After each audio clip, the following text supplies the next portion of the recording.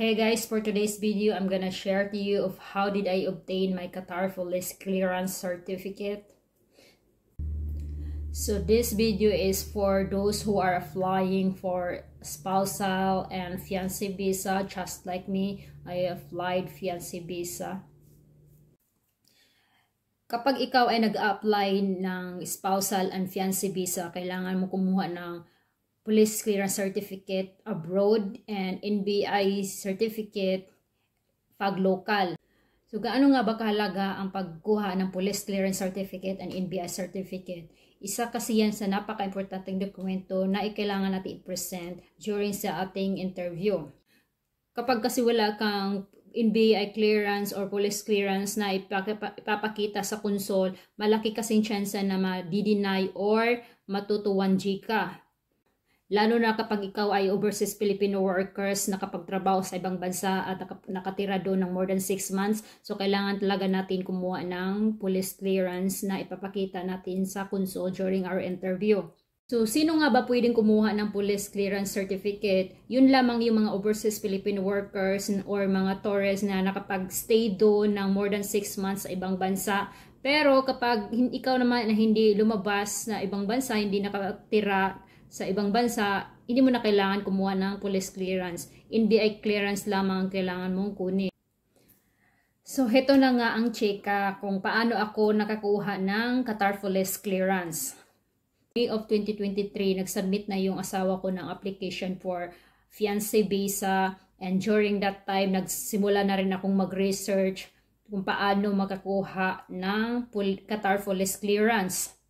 Nag-research ako, ang dami kong videos pinanoob sa YouTube kung paano ay yung proseso, kailangan ko bang lumabas o pumunta ulit sa Qatar para lang kumuha ng police clearance. During the research, for a long research, nagkakaroon na rin ako ng konting stress, nakaka-experience na ako ng anxiety, kasi madali lang ako magkaroon ng anxiety, madali lang ako magkaka-stress.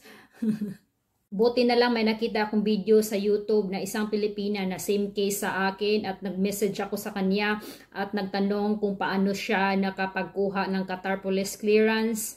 So may ibinigay siya sa akin ang pangalan ng isang agency na tumulong sa kanya sa pag-process, sa whole process ng kanyang Qatar Police Clearance. Ang pangalan ng agency na yun ay Healthline Agency. Hindi ako sure kung ganun pa rin ba yung pangalan nila.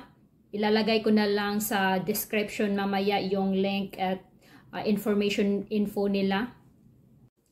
So, nag-message at nagpatulong ako sa Healthline Agency para sa whole process sa pagkuha ng aking Qatar Police Clearance. Kasi wala akong ka-idea kung saan ako magsisimula, ano yung mga first step kong gagawin. At may naririnig pa akong kailangan kong magpa-fingerprints, and also nakatira ako sa province. So, napaka-hassle talaga sa akin. Pero kahit medyo pricey sila, pero ang iniisip ko that time, bahala na, ang importante makakuha ako at may ma-present ako during sa akong interview. Napaka-approachable and very accommodating nila, so wala kang aalalahanin at i-guide ka talaga nila sa mga proseso. Unless yung mga hiningi nila sa akin is yung passport stamp, yung ikama ID ko, in-scan ko yun lahat at tapos send email ko sa kanila. February of 2024 saka na sinabmit ng agency ko yung requirements ko para sa Qatar Police Clearance, and February of 2024 nag-apply ako for police clearance. And then since sabi ng agency na 3 to 6 months darating yung police clearance, so nag-antay ako ng mga 5 months saka ako nag set ng schedule for medical and interview. So yun yung mga estimated ko. And then and still worried ako noon kasi baka hindi darating yung police clearance ko by the time of my interview. So ayun, medical ako June 25. Pumasa naman ako, and then July 2, umatin ako ng interview kahit wala akong dalang police clearance. Pero natuto 1G ako, or incomplete document.